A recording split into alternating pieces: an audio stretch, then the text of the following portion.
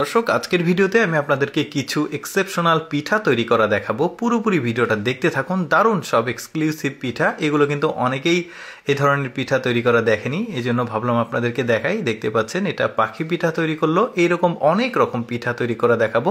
এটা যেমন মাছ পিঠা কিভাবে তৈরি করছে একটু ভালোভাবে লক্ষ্য করলে, ভিডিওটা আস্তে আস্তে দেখলে বা থামিয়ে থামিয়ে দেখলে কিন্তু আপনারা এই পিঠাগুলো বাড়িতে তৈরি করতে পারবেন। বেশ চমৎকার মাছ পিঠা তৈরি করছে। কয়েক রকম স্পুন ব্যবহার করেছে, চিরুনি ব্যবহার করেছে, বেশ চমৎকার মাঝখানে বাদাম দিয়েছে চোখ তৈরি করার জন্য। এই পিঠাটা সম্ভবত ভোমরা পিঠা, বেশ চমৎকার। এখন আপনারা ভাবতে পারেন এই যে লাল অংশটা কিভাবে করবেন। তো ড্রাগন ফল আছে, পাকা ড্রাগন ফল। এই পাকা ড্রাগন ফল দিয়ে যদি আটা মিক্সিং করে নেন, এই আটাটা, তাহলে কিন্তু এরকম লাল আসবে। যদিও অবিকল এরকম লাল কালার আসবে না, বাট ওই কালারটাও বেশ চমৎকার। অনেকে কিন্তু ড্রাগন ফল, পাকা ড্রাগন ফল দিয়েও আর কি এরকম আটা বানায়। বেশ চমৎকার ভোমরা পিঠা দেখলাম। তারপরে আমরা এটা কি দেখবো দেখি। গোল গোল করেছে, তারপরে মাঝখান দিয়ে চারটা পিস করেছে, তারপরে এখানে একটা চাকু ব্যবহার করেছে বেশ চমৎকারভাবে। এই যে দেখতে পাচ্ছেন মাঝখানে আবার খেজুর দিয়েছে, তারপরে একসঙ্গে টেনে দিল। এটা ফুল পিঠা সম্ভবত। এই যে চিরুনি ব্যবহার করেছে, বেশ চমৎকার।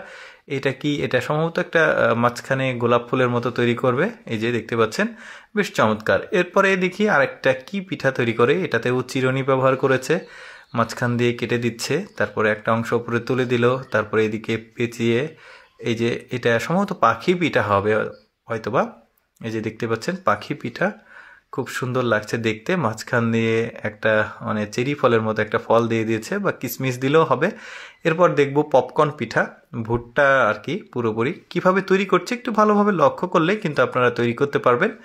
এক্সক্লুসিভ বলতে পারেন এই পিঠাগুলো, বেশ চমৎকার লাগছে। এটা কিন্তু শিল্পকর্মের মধ্যেও পড়ে, মানে এই ধরনের পিঠা বানানোও কিন্তু একটা শিল্পকর্ম।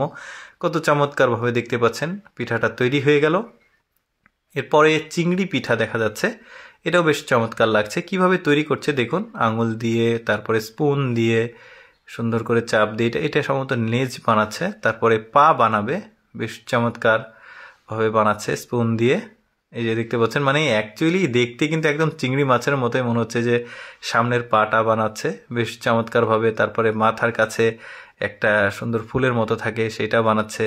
তারপরে মাঝখানে বাদাম বা কোনো একটা ফল দিয়ে দিলে চোখটা তৈরি হয়ে যাবে। বেশ চমৎকার এই চিংড়ি পিঠাটা তৈরি করা দেখলাম। এরপরে কি পিঠা তৈরি করে দেখি। ওই যে ওই একই প্রসেসে, মানে এই যে পাকা ড্রাগন ফল দিয়ে কিন্তু আটাটা মিক্সিং করে নিতে পারবেন এরকম কালার আসার জন্য।